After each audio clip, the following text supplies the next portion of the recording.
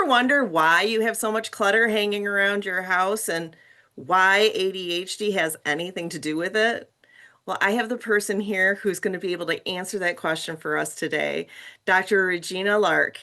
And I am so excited to hear what she has to tell us and how executive function connects us to our clutter. And who knows where the conversation will go from there. Welcome, Regina. Thank you, Janine. It's such, I bet you say that a lot. Who knows where the conversation's going to go? We never know. I know. Thank you for giving me this opportunity. Really, so far you're a Absolutely. real delight. As are you. So tell me, why, as an ADHD person, Dr. Lark, tell me what it is about my executive functioning that's making me have so much clutter.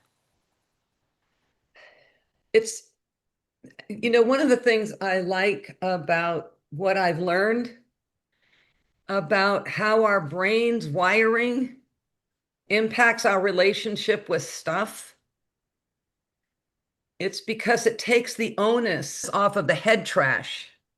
When I notice a lot of our clients with ADHD or other executive function challenges, there's a litany of words that they give themselves: lazy, stupid, unmotivated, something's wrong with you. You never finish anything. I mean, there's just the ways in which people tend to just self-denigrate and put themselves down because they don't understand really what's going on.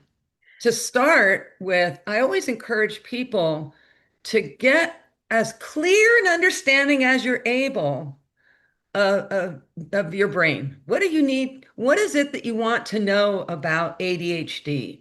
You don't even know the questions. That was kind of a silly statement. Join CHAD, Children and Adults of ADD. Amen. Incredible resource. Attitude magazine as well. An Attitude magazine, and it's a very, very inexpensive buy-in to be a member. And they also have free resources. So I encourage people to learn as much about ADHD because you're going to read the words a lot, the executive functions. Mhm. I'm going to step back and introduce you to Maya the Cavewoman. Well, before we do that, we skimmed right over introduction. Oh, that's okay. That's okay. We put No, my we got to go website back and in. do that. So after you get done with Maya the Cave Okay. Woman, let's go Okay. back.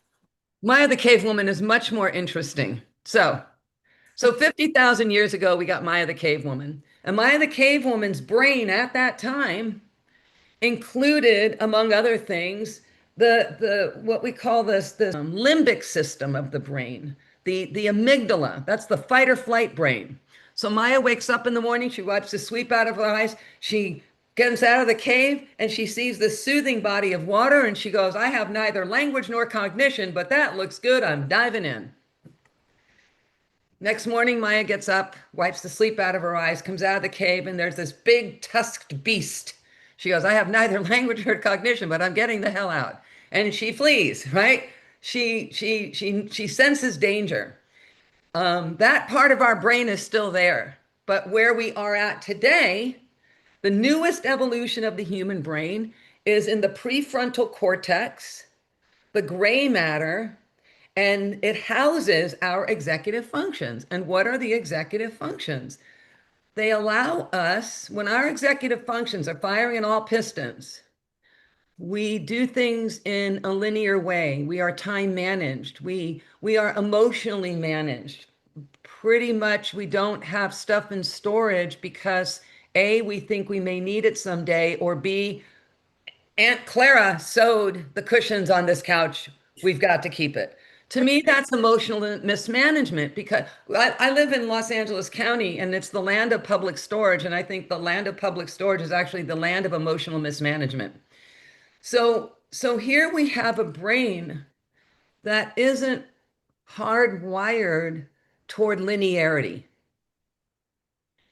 And in order to do the tasks of household management, here's a I think an easy analogy for some people.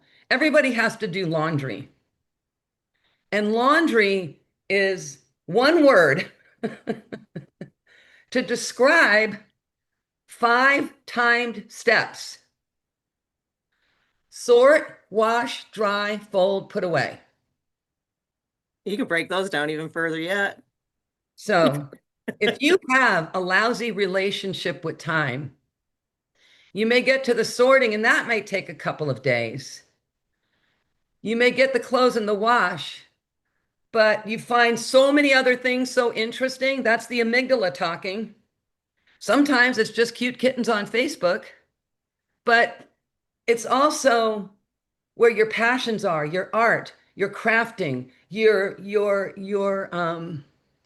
gift with people. You know, the many gifts that you have that also enhance and exemplify the ADHD brain. Um, those gifts are shadowed by these other challenges with having a good relationship with time, or at least a timely relationship with time. When I Absolutely. walk into very crowded spaces, people will say, how can I let this go? I love all of these things. And I had to think about that when I first started hearing it. And it's like, well, you didn't come out of the chute loving it. So it's something that developed along the way. It's a perspective. So I say, well, let's change our definition of love.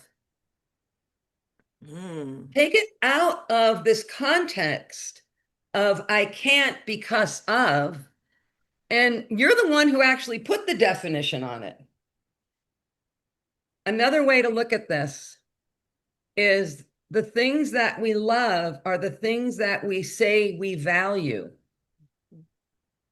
And I think, why do we value these things? We value them because we paid X dollar. We valued because Aunt Mary crocheted the cushions. There's value. We value when somebody says, this was your grandfather's. Right there, value is assigned. well, I would even like go a step further and say it's with perception It's because all our perception is our reality. And if we girl, perceive it as important, whether cheers. it's there. So the perception, like on top of that, because I perceive that since it's grandpa's and it's been in the family forever, that it's very important and therefore I should keep it. But what if Absolutely. I didn't have that perception? Um, I have um I have had dozens of these conversations, if not hundreds. And you're the first person that I've spoken with ADHD who immediately understood how perception is such an integrated part of what we are doing, because I see the world through the lens of executive function and perception. I do. The only control that I have, so back up, I started my company 17 years ago. My company is called A Clear Path. We're located in Los Angeles and Orange County. So I started And, A Clear and what do Path. you do with your business? That's all we How, need to know. So I started A Clear Path. I come out of higher education. I have a PhD in women's history, and now the PhD stands for piled higher and deeper. So I come out of my job at a university, and I was laid off. And just before my layoff, I was in Jerusalem visiting a good friend of mine. And while I was there, I said, Nather, I don't want to be a tourist. How about if I do your how about if I do your kitchen? And Nadra said, Habibti, what does that mean? And I said, Nadra, your girls are in their 30s. You got sippy cups in the cupboard. Just let me do what I do. So I did what I did. When I get back to my desk, job has been dismantled.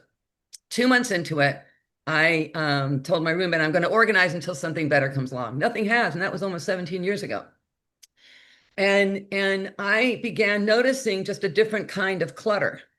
Hmm. Um, and when I started this journey, I've only read 2 self-help books. And one was Louise Hay, You Can Heal Your Life. Ah, I love that book. And the other one was Napoleon Hill, Think and Grow Rich. And the two big things I got from that book that I practice to this very day, one was whatever my mind can conceive and believe it will achieve. And I actually thought I made that up when I was working on my dissertation. And then I saw that he had written it in 1935. Anyway, I was going to trademark it. No. um, conceive it. And the other thing I got from that book is that the only control that I have, bar none, the only control in my life is my perception. I can only control my perception. I can't control your perception of me, your audience perception of this conversation. My perception is that I'm doing a pretty good job explaining how ADHD and clutter can align. But again, I agree. it's my perception. And that's what it's like I can control my own narrative. So when I look at clutter and I look at the things we say about it, I think I may need it someday. Well, let's identify someday if we can. Again, no hard and fast rules, but also come up with a plan that if you let it go and someday comes, you will not catastrophize the outcome. Instead, you already have a plan in place that you know who you could borrow it from. We're not letting go of things that cost us a lot of money to replace. Sometimes, yes, I get it. Generally speaking, though, we're not letting go of, if we let go of 2 toasters, we had 3, we let go of 2, and then the one that we keeps breaks. Toasters break. It's like See how uncomfortable that made trust me? yourself. I know I just gave you chills. Well, I had 2 good ones. I had two perfectly good ones already. Come up with your dollar threshold. I'm not kidding. Come up with some strategy to assuage your sense of anxiety for the letting go. Okay. Because if we call it clutter and it gives us agita on some level, then something's got to give. Mm-hmm. And it's the same thing with the things from the past. So we're holding on to the future, that which I may need someday. And then we're holding on to the past because of how it came into our life. We either purchased it, we spent a lot of money, we never use it, we feel like crap because now, like, oh, that's that negative head trash. You can't even make a purchase right. What's wrong with you that you're so lazy, that's why you didn't use this exercise machine. Every day we see what we call the evidence of our failure. Oh yeah. I And we've got the itty bitty shitty committee up there telling us about it to make sure that we know that we've got we it know. here. There's a very funny YouTube video, Bob Newhart, and some of your audience is going to remember Bob Newhart. He had a sitcom in the 80s, and he played a psychiatrist. Well, in this 5-minute YouTube, Bob Newhart plays a psychiatrist, and it's called the Stop It video. It's hysterical. And it's a simple premise. Somebody sits down with him, I've got this problem. He goes, well, 5 minutes, $5, no refunds. And she goes, well, okay, that's weird. And she told him this problem. He goes, oh, well, if it's hurting you, just stop it. And she's like, what? You can't say that. So here we are holding on to things that we think we may need someday, holding on to these things from the past. And what happens is because we have this fear of letting go of the future, fear of letting go of the past, we're in a world of hurt, of clutter in the present. Mm-hmm. So our perception is there's fear going out, letting go this way, and fear letting go behind us. Our perception is that there's pain involved somewhere. Another strategy is to do some chatting with friends or journaling or whatever on the word trust. Trust that you can't make a bad decision. Find a way to trust and honor your desire for cleared space. Trust that you will be able to get another toaster, even if you have to borrow one. again, it's we hold on to things for such a variety of reasons. And And what is the psychological, because you said there's a different kind of clutter with ADHD folks. And well, I think this it, idea of emotional mismanagement. it's really it's that emotional It's all executive function. dysregulation. It's all okay. It's it's executive, it's nature and nurture. Hmm. So if you have if your executive functions are weak or compromised, and that can happen through birth, it can happen through a neurological illness, it can happen through major life transitions. People that are really on their game, uh, I'm a very organized person, and 3 years ago I moved, and moving for a lot of people is just a very stressful thing. And I remember feeling a little confused because the boxes were everywhere and we hadn't started getting picked up, and I'm moving around my place. Some folks who just are on their game, marriage, death, birth, divorce, cancer, COVID, can get them off their game for a while. But then when things settle in, they're moving through their lives as they always have. Um, when so it's executive function, but then life comes in. So I think of perfectly, people who are typically very organized, then they become caregiver for a parent.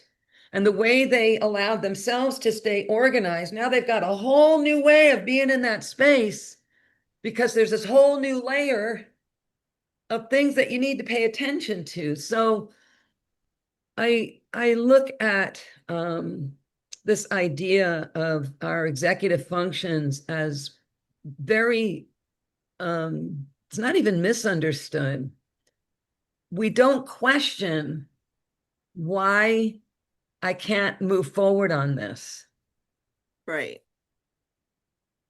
I know college and high school students, I've worked with them. They'll hear about the assignment in September. It's not due until May. It's not due until May 15th. They start it on May 12th. That is a very it's time blindness, but it's also the time horizon because your time horizon Yep, it has to hit that horizon or it yep. doesn't even exist yet. But what happens is from September 8th, when it was assigned, to May 12th, when it's executed, the student's been thinking about it a lot. And Emotional so I've energy. Oh my seen gosh. 3 days of just nonstop writing a paper. They do A plus plus work. Mhm. So again, there, And you think about how much emotional energy they spent just thinking about that, thinking about it. having to get it done. Yeah. And we all know as ADHDers that it would be better if we got it done earlier or if we did a little bit at a time. We all Yeah. know that. And we expend all of that energy during that time beating ourselves up also because we haven't been doing what we need to do. And then all of a sudden it hits our time horizon and then we can do it. So yeah, absolutely. Yeah, you know. And it's because the ADHD brain is motivated differently than the neurotypical brain. You know this, right? We got the urgency, the novelty, the challenge, or I can't remember the fourth one, but it's there. And if it's not present, we're not going to get things done. So, when you do your organization type things, do you go in and organize, or do you go in and help the person organize? I it's both. You Okay. have to have you got to have your partner in crime here. It's not my stuff. Right. So um we talk about thought filled work before anybody comes over, meaning stand in front of one of your piles and start mentally dissociating. Come up with, look at this pile and it's like, what here is what you absolutely don't want anymore? Mm. If you could just have it removed. What here is a non-negotiable? It's never leaving you. And then we have the pile of ambivalence, which is usually the biggest pile of them all. But if you can get any kind of clarity on what absolutely can go, and clarity, this will never leave me. I have a rainbow set of peace flags in 6 different languages, 7 different languages. And that set of flags was draped over a set of shrubs that my sister had placed when I walked onto my campsite at the Michigan Women's Festival. That was my campsite. Those flags will never leave me. Okay. That it's a non-negotiable. Mm-hmm. But there are other things here every now and again where it's like, oh, time to go. But never those. Right, because those will never go. They'll never go. So and then when the organizers come over, everybody rolls up their sleeves and we tackle an area together. And everybody's different. Everybody's different. They all have different relationships to their space and their stuff. The 2 hardest parts, I think, to getting organized, really for anybody, well, for people with executive function challenges, I'll say that because of how significant our relationship to time and emotions are.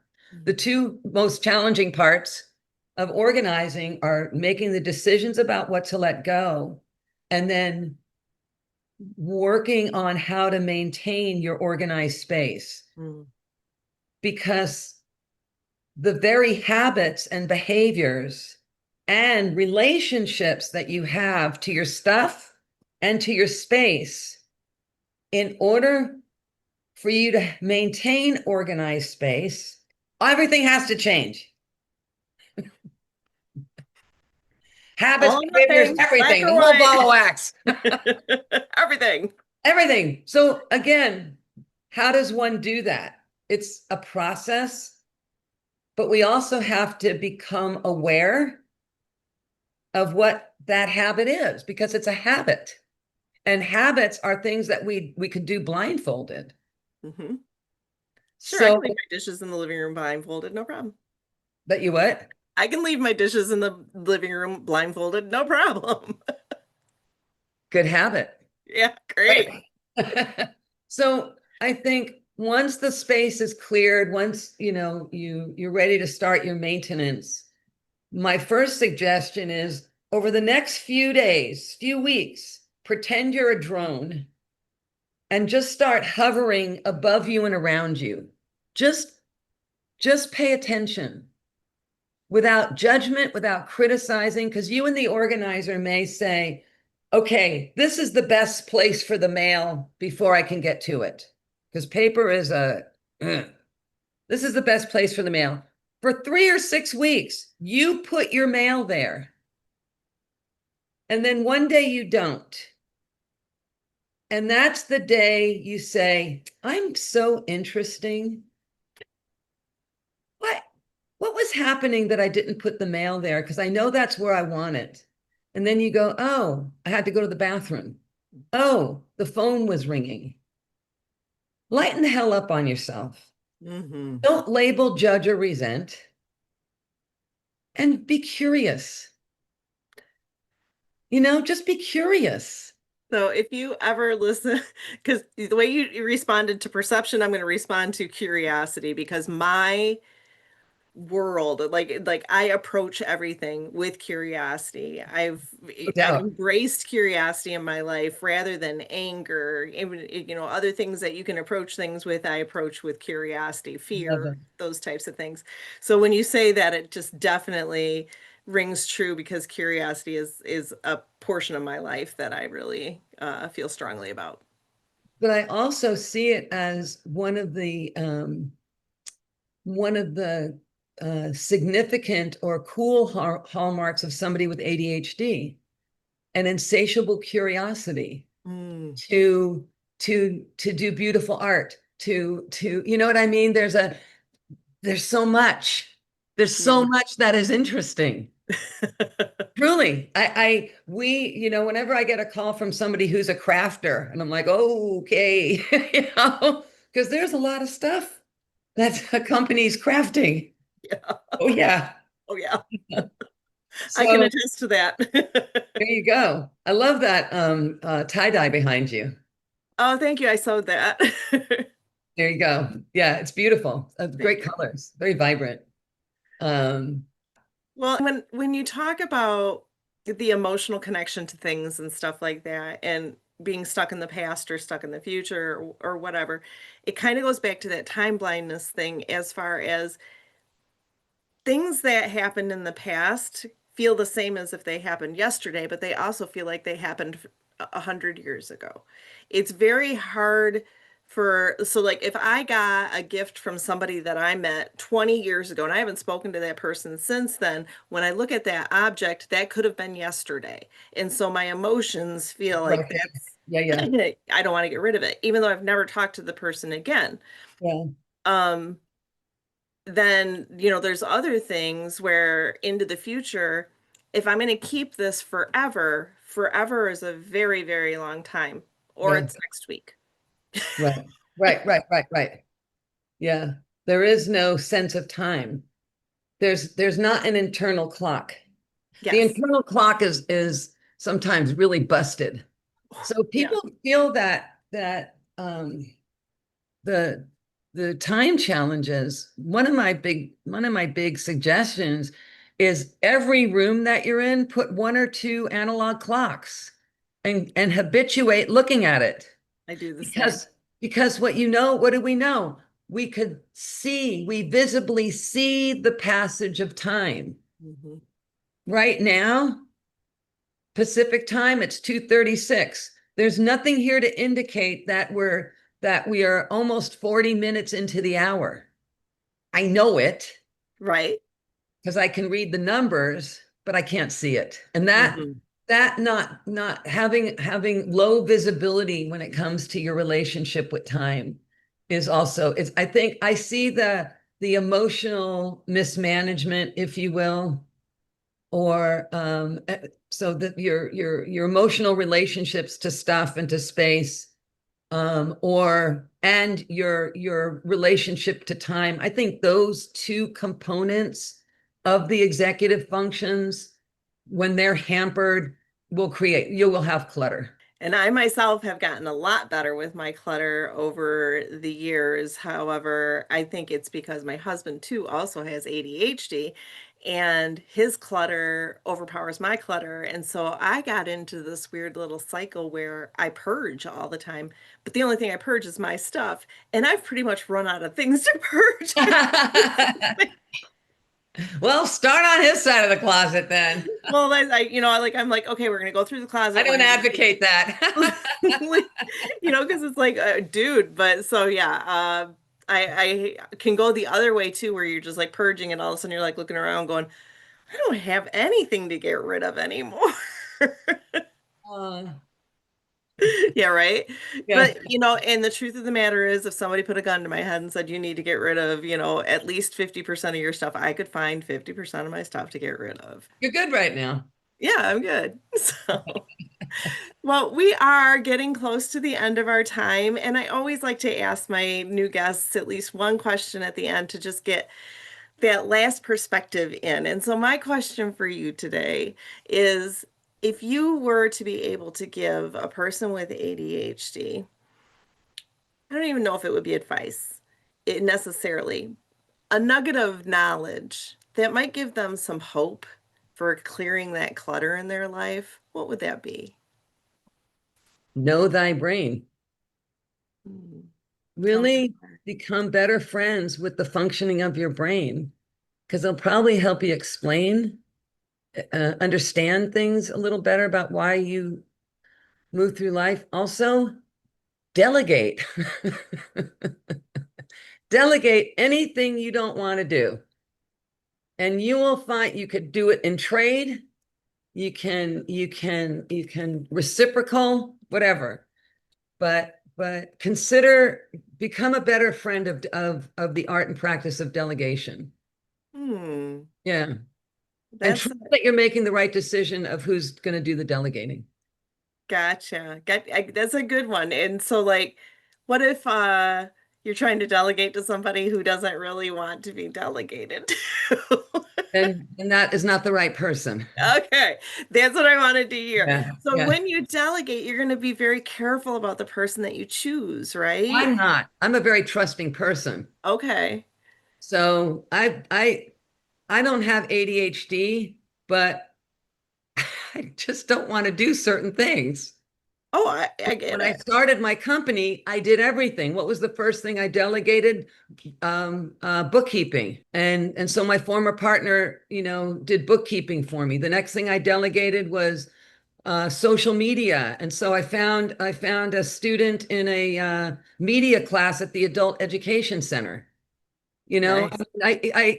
I'm scrappy and I'm resourceful, and so I don't ask a lot of questions. I just fling it out there. This is what I want. So no, I'm not careful. I'm never going to die by a bad delegation. So, I suppose. stakes are And pretty low. I guess because like I know myself, I worry. So like I'm a pretty dependable person, right? But I know that I things slip. So like if I was to delegate to somebody else, when I say be careful, I mean there are people who forget. Yeah, I've gotten better at delegating. Well, when I was an administrator in Oh, yeah. education, I got a lot better at delegating. It was You have like, to. yeah. Yeah, you have to. Yeah, because I spent 30 years in education before I did this. So, yeah. When were you diagnosed with ADHD? When I was 50, I'm 55 now. So, So you not were an administrator for 30 years? I was okay, so I was a special education teacher for 22 to 24 years. Then I was a department head, and then I became a central office administrator in special education. So I was the coordinator for special ed for a Class A high school or district with 27 schools. And yeah, all without knowing I had ADHD. So Yeah, and that's, I know that I work with a lot of really smart professional women who have done some incredible things, but they learned the art and practice of delegation along the way. And they did what they were best suited for, and they were able to delegate all those other tasks that they weren't without apology. absolutely. And Yeah, it became very important to be able to do that. yeah, good on you. Well, I want to say this has been a great conversation, Yeah. Regina. Yeah, I have thank you. enjoyed speaking with you so much. Um, if you have any last minute things you want to throw in there, you can throw them in now, or we'll Nah, we're close good. up. Because I could talk about this forever. Yeah, and I might just see if you're interested in coming on again because I think that Sure. we could have some good conversations. But in the meantime, I hopefully all of our butterflies on the wall have been listening in, enjoy what we've been doing, and they want to subscribe and do all the good stuff and come back and hear more. So in the meantime, we'll see you next time. Thanks, Janine. This is Thank lovely. you. Okay.